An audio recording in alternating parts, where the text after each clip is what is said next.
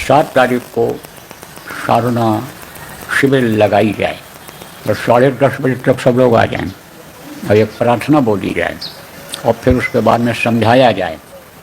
और जब यानी समझो 11 बजने का टाइम आवे तब जो है वो नाम ध्वनि शुरू कर दी जाए, जय गुरुदेव नाम की ध्वनि शुरू कर दी जाए। और जैसे 10 बजे 11:11 हो तैसे बैठा दिया जाए, कैसे बैठा दिया जाए और बैठ जाएं। जब लोग पहले बता दिया जाए कि बैठोगे सुमिरन करोगे। सुमिरन केवल यानी एक बार करना रहेगा, ध्यान और भजन कई बार करना रहेगा।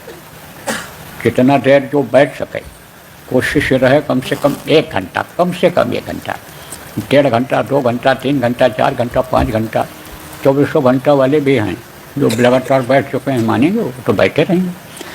तो वो जो बैठे तो दोबारा जब आवे तब सुमिरन न करे, दोबारा आवे तो मन लगे तो ध्यान लगावे, मन लगे तो भजन करे।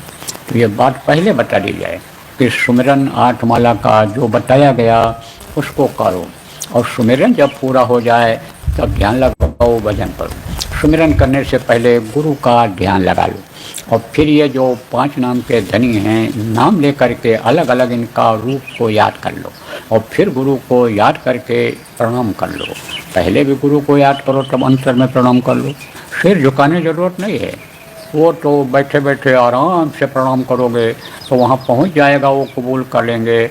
और फिर उसके बाद इसी तरह से ये जो नीचे के धनी हैं, जिनके लोगों से ये सूरत ऊपर जाती है, उनको याद करके और उनको प्रणाम कर लो, उनको प्रणाम कर लो और फिर गुरु को प्रणाम कर लो याद करके और फिर सुमिरन पर बैठ जाओ। और फिर उसके बाद में सुमिरन करो 8 माला का जो बताया गया, उसमें जिनके नाम को लो उनके रूप को याद करो और उसके बाद में फिर प्रणाम करके और ध्यान पर बैठ जाओ, फिर भजन पर बैठ जाओ।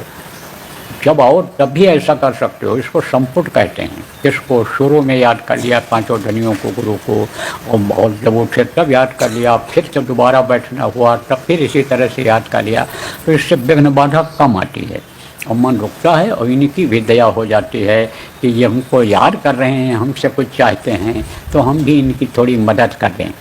और मदद अगर नहीं करते हैं तो बाधा नहीं डालते हैं, क्योंकि काम इनका कुछ लोगों का है बाधा डालने का, इसलिए बाधा भी नहीं डालते हैं, दिक्कत भी नहीं आती है। तो सुमिरन कराया जाए, तो भाई सुमिरन करके ध्यान और भजन पर बैठ जाना।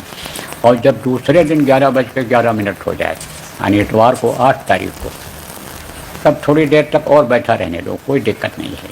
उसके बाद में फिर प्रार्थना बोल करके और मतलब ये नाम ध्वनि बोल करके समाप्त कर दो।